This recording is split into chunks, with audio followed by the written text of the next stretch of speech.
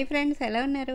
ఈరోజు మనం ఇడ్లీ తయారు చేసుకుందాం. ఇన్స్టెంట్గా అప్పటికప్పుడు మనం ఇడ్లీ తినాలనిపించేటప్పుడు ఇలా 10 నిమిషాల్లోనే చక్కగా రుచికరంగా తయారు చేసుకోవచ్చు. పప్పు నానబెట్టే పని లేకుండా అప్పటికప్పుడు మనం ఇడ్లీ తయారు చేసుకోవచ్చు. అది కూడా ఉప్మా రవ్వతోటి. ఉప్మా రవ్వ ఒక కప్పు తీసుకున్నాను నేను. ఈ రవ్వను ఒక బౌల్లో వేసుకుందాం.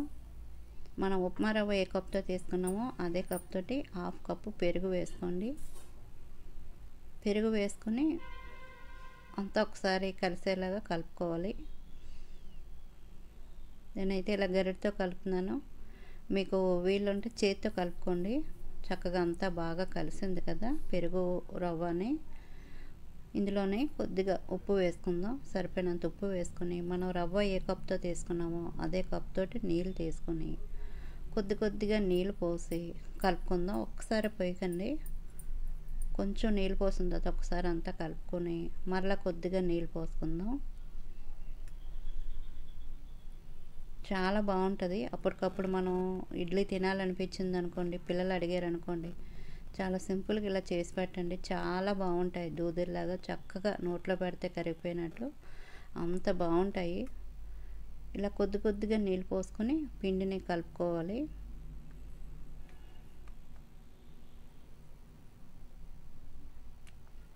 చూడండి, ఇంకా వాటర్ సరిపోయింది, ఇంకా వేయక్కర్లేదు, సరిపోయింది.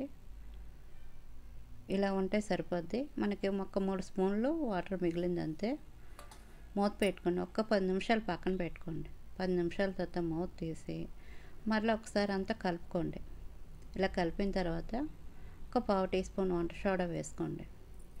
వంట సోడా వేసుకొని మరలా ఒకసారి కలుపుకోవాలి అంతా కలిసేలాగా.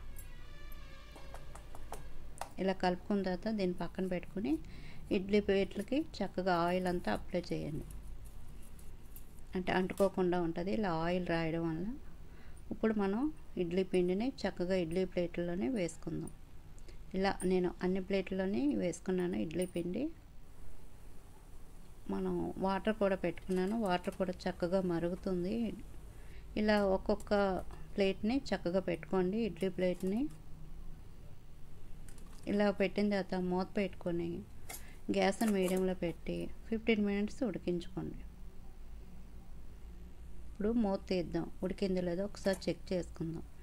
చెయ్యిని కొంచెం వాటర్లో తడిపి ఇలా పైన పెడితే మనకు అంటుకోవట్లేదు, అంటే ఇడ్లీ ఉడికిపోయింది. గ్యాస్ ఆఫ్ చేసుకుని ఇది కొంచెం చల్లారిన తర్వాత అప్పుడు మన స్పూన్తో తీసుకోవాలి. వేడివేడిగా తీయకండి. కొద్దిగా చల్లారిన తర్వాత ఇలా స్పూన్తో తీసుకుని మనం ప్లేట్లో పెట్టుకుందాం. చాలా బాగుంటుంది. మనం కొబ్బరి చట్నీతో కానీ పల్లి చట్నీతో కానీ ఏ చట్నీతో తిన్నా చాలా బాగుంటుంది. వేడివేడిగా తింటే ఇంకా తినాలనిపిస్తుంది. తప్పకుండా నేను చెప్పిన విధంగా ట్రై చేయండి. చాలా బాగుంటుంది. మీకు ఒక ఇడ్లీ ఇరుపు కూడా చూపిస్తాను. చూడండి, చక్కగా దూదిలాగా ఎంత బాగుందో. మనం చెప్తే కానీ తెలీదు, అంత బాగుంటాయి ఇడ్లీలు. రవ్వతో చేసినట్టు తెలీదు, అంత రుచిగా ఉంటాయి. తప్పకుండా ఒకసారి ట్రై చేయండి. వీడియో నచ్చినట్లయితే ప్లీజ్ లైక్ చేయండి. అలాగే మా ఛానల్ని సబ్స్క్రైబ్ చేయండి. పక్కన ఉన్న బెల్ ఐకాన్ని క్లిక్ చేయండి.